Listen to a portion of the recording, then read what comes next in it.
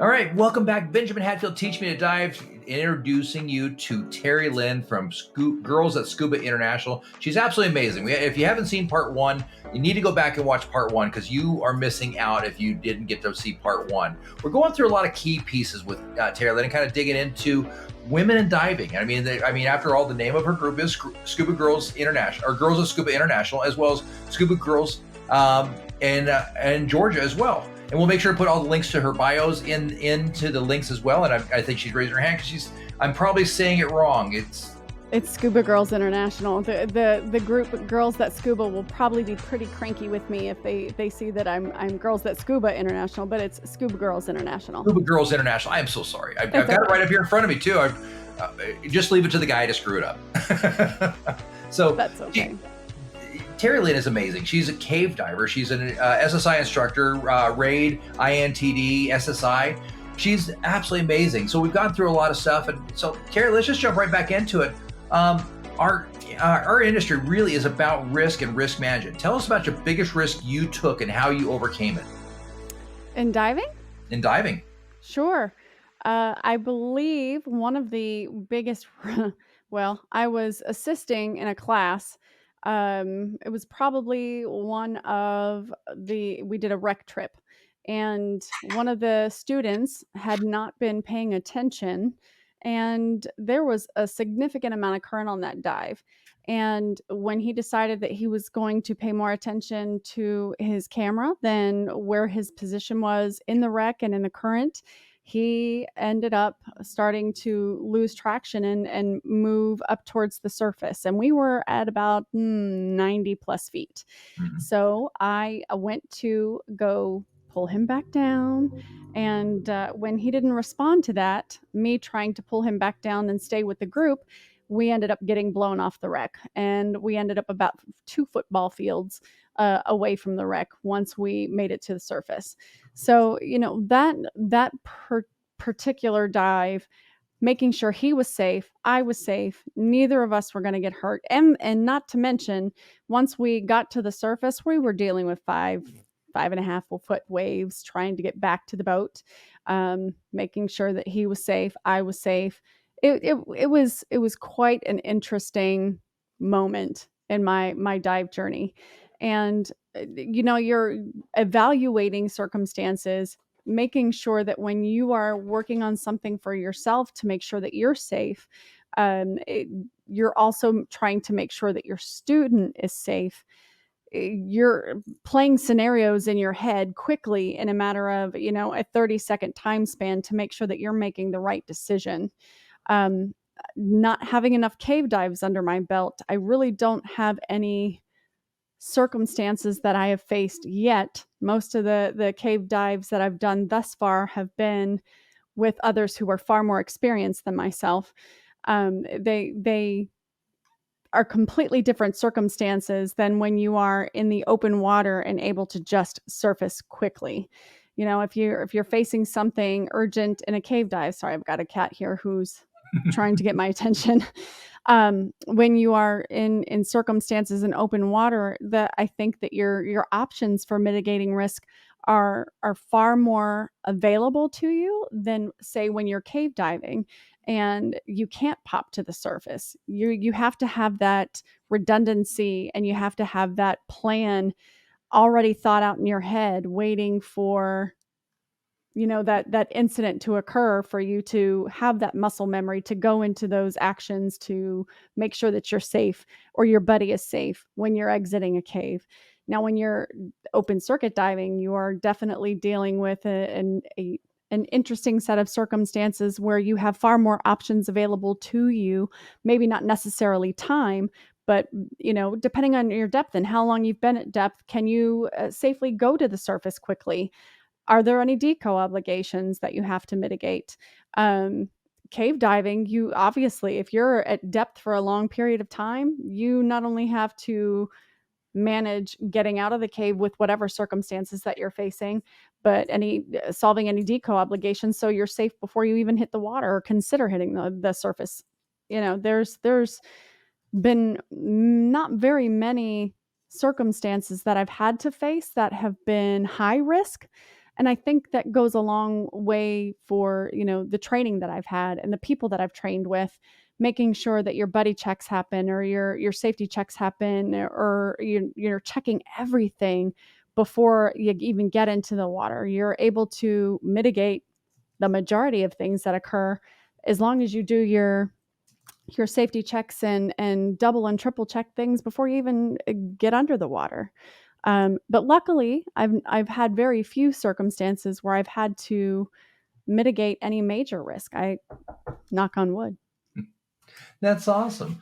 So, what advice would you give to women that are getting ready to enter into technical diving? Don't listen to the negativity around you. It will happen. Um, Tech diving needs more females. I intend to.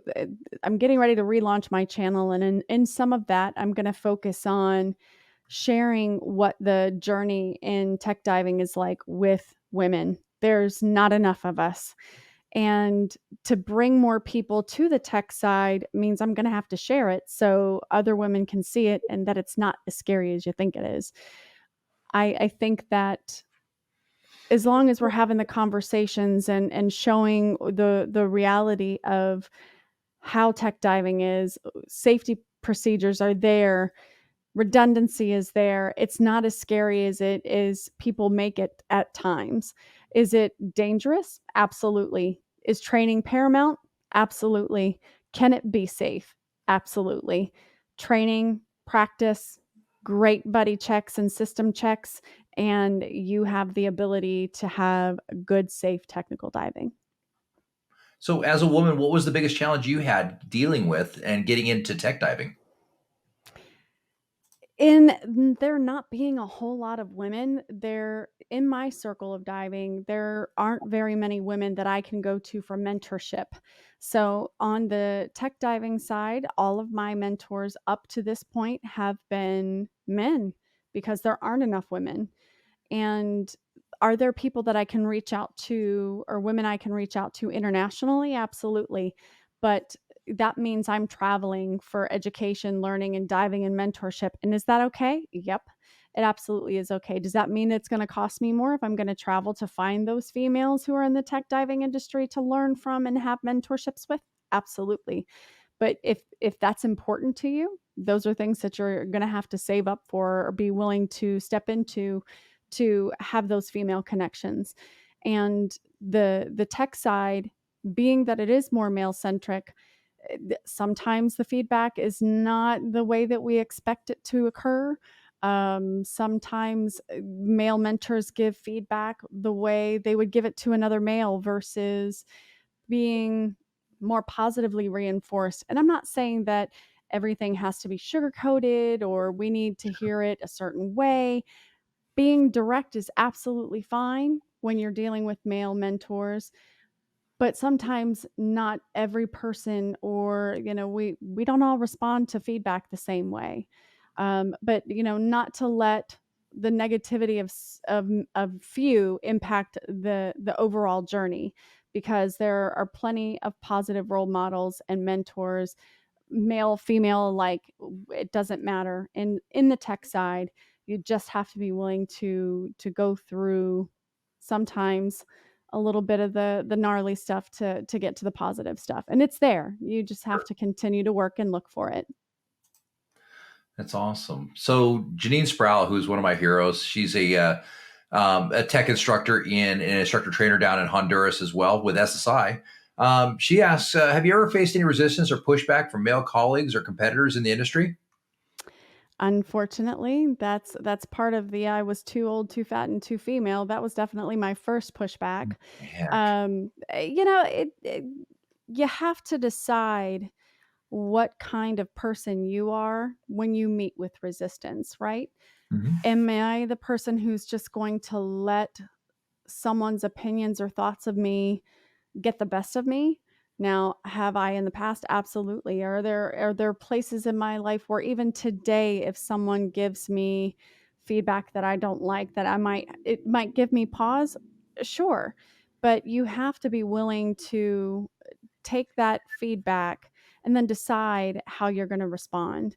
And I have learned that being strong, centered in myself, that if someone has a terrible opinion of me, or they come at me with, "You're not capable," it's only going to make me work harder. It's only going to make me want to prove them wrong, and show that I can when someone tells me I can't.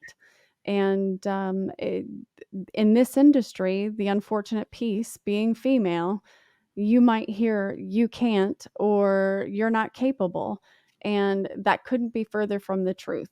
If you need a mentor, go find one. Find someone who's willing to have conversations with you and talk to you and support you and what you want to do and what goals you want to accomplish.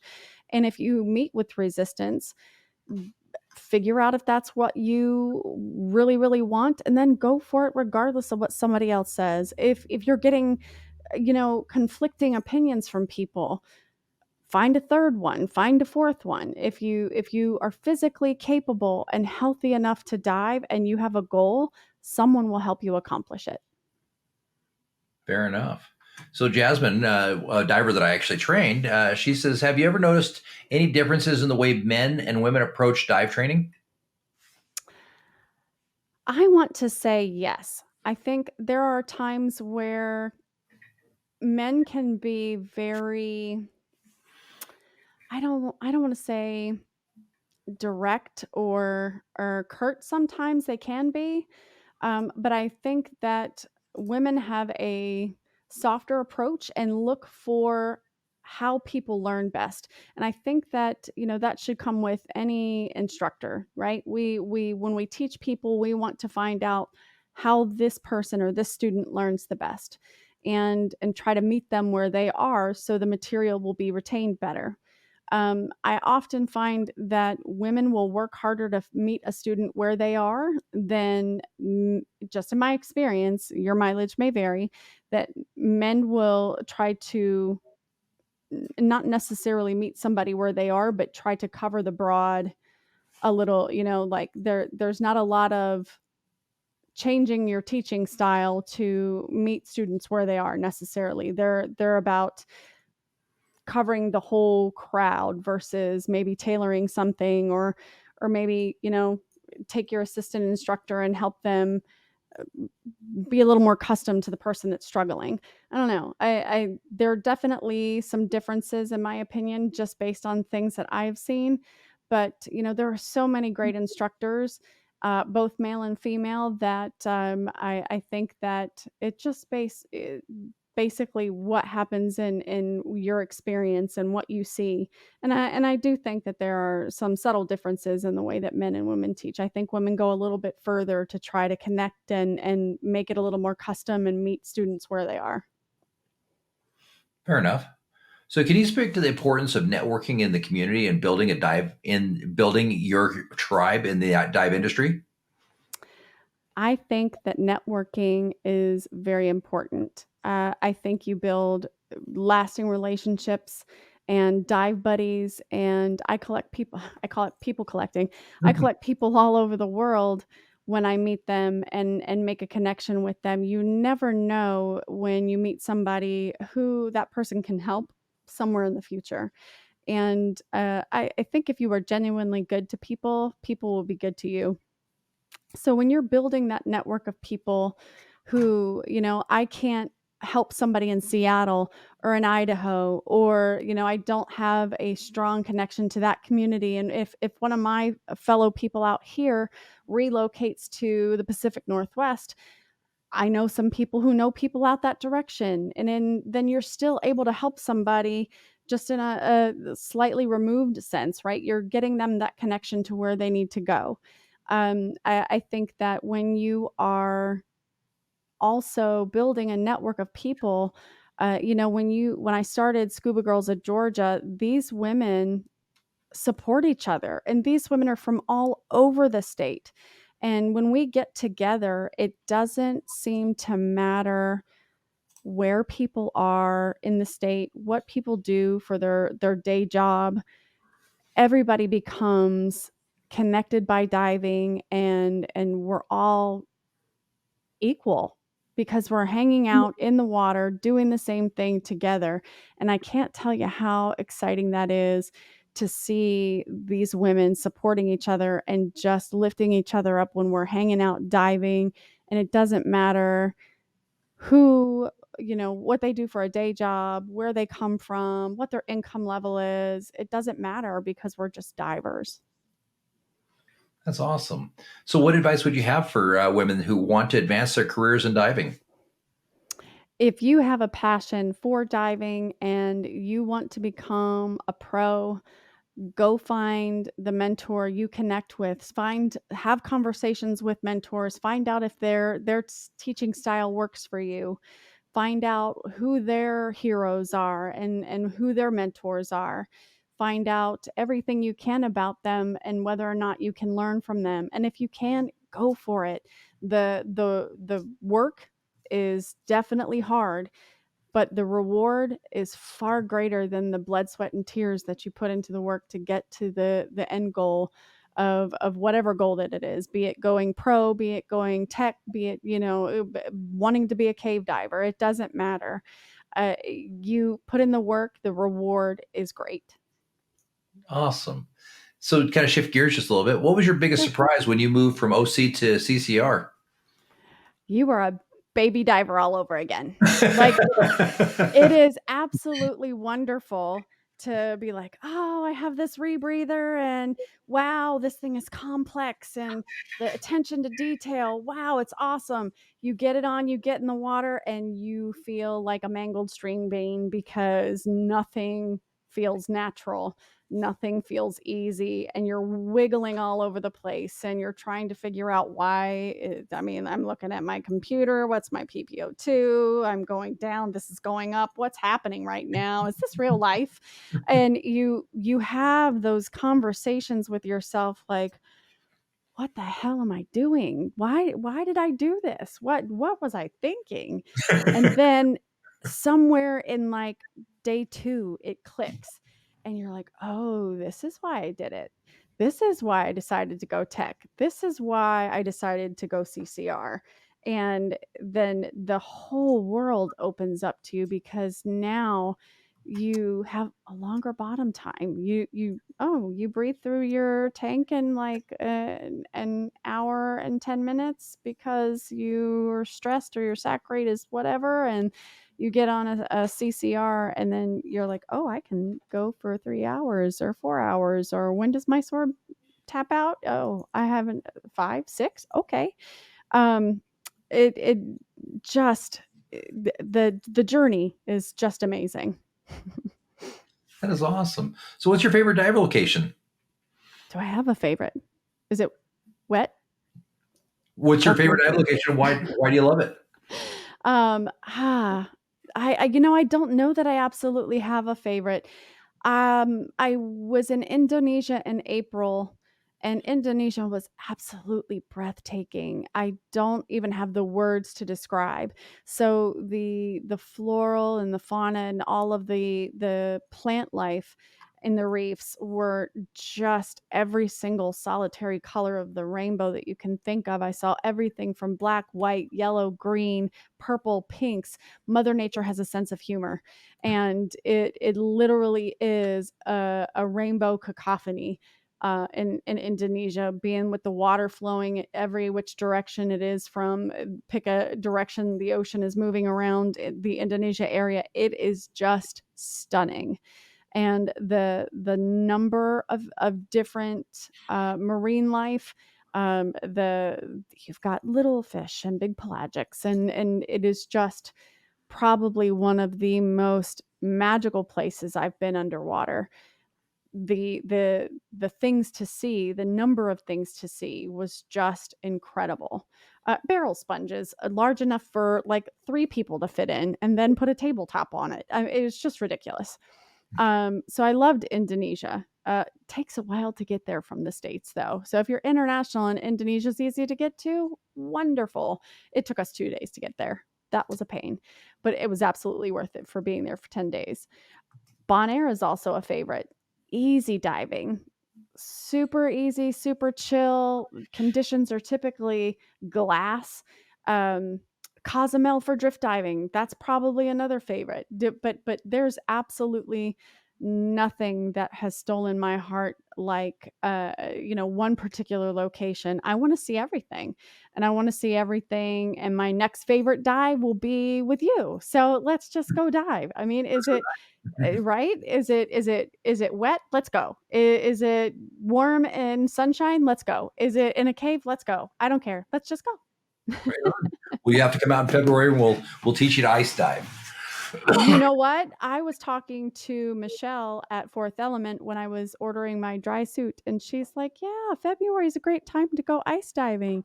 And would you like to come ice dive?" And I'm like, "Oh, that's cold." That's cold. Let me You let me get my dry suit legs underneath of me, and then we'll talk about ice diving. But I want to try it at least once. Well, when you're ready, come out to Idaho, and ice diving is on us. So Deal. we'll make it fun, and we've got kind of an interesting thing. I wrote the standards for ice diving, um, What? That's amazing. so I know a little bit about ice diving and teach a really fun course. And we get tacos afterwards. So how is this a bad day? That sounds awesome. Tacos and ice diving is my favorite thing. That's for sure. We have a tradition though. After any big dive day that we have, we meet in town at the local the biggest pit taco shop you can imagine, and we have tacos. It's awesome. That's amazing. So Terri Lynn, what are your future plans for Scuba Girls International and Scuba Girls Georgia? So currently, I've had an interesting last few months losing my husband, and life took a pause. I didn't have enough energy or forethought to do a whole lot with my channel. And I had spent so much time training that I didn't have a lot of time to pay attention to my channel for a bit. I'll be honest, it was hard because I was trying to manage so many things. So we are in the process of relaunching the channel. Of course, we're going to absolutely focus on scuba and bringing scuba to the masses. One of the first things that we're doing is one of the gals I met at the aquarium. She's 14 years old. She and I met in front of the shark exhibit, and she wanted to become a diver. So what did I do? I raised money to help her start her dive journey. We've got her kitted from head to toe in dive gear. We've got her class ready to occur here in the next couple of months. And then, we're going to see. I bet everybody any amount of money. We're going to see this girl somewhere down the line. She is going to be diving internationally. And I guarantee you she's going to end up being an instructor. She is passionate and she's not even set foot in the water once yet. Um, so we're going to follow her dive journey. Her name is Roxanne. Super, super smart, sweet girl. We're also going to see what happens when I go to Silfra in the next 2 weeks. I'm going to go touch the tectonic plates in one of my first dry suit dives.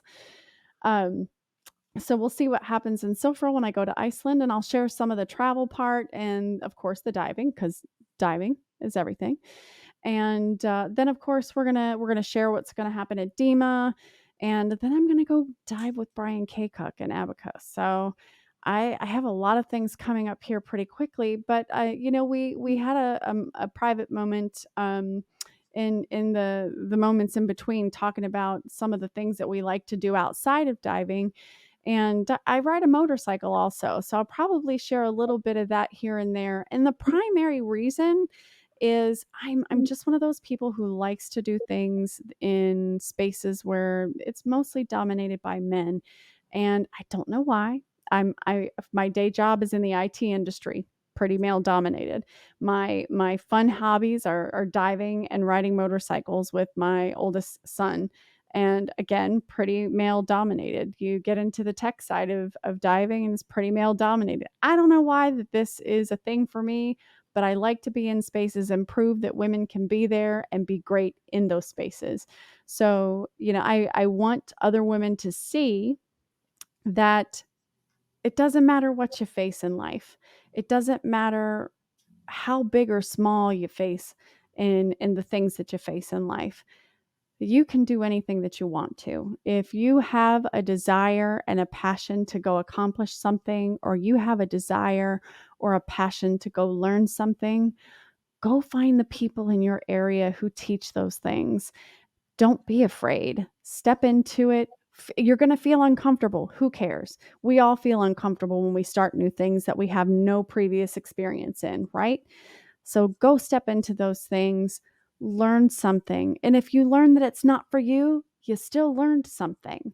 And you took that learning away for yourself and gone, oh, I thought this would be cool and it's not for me. Amazing. Who cares? Go do the things that you're passionate about. Life is too short to sit at home and be miserable or to sit at home and do nothing.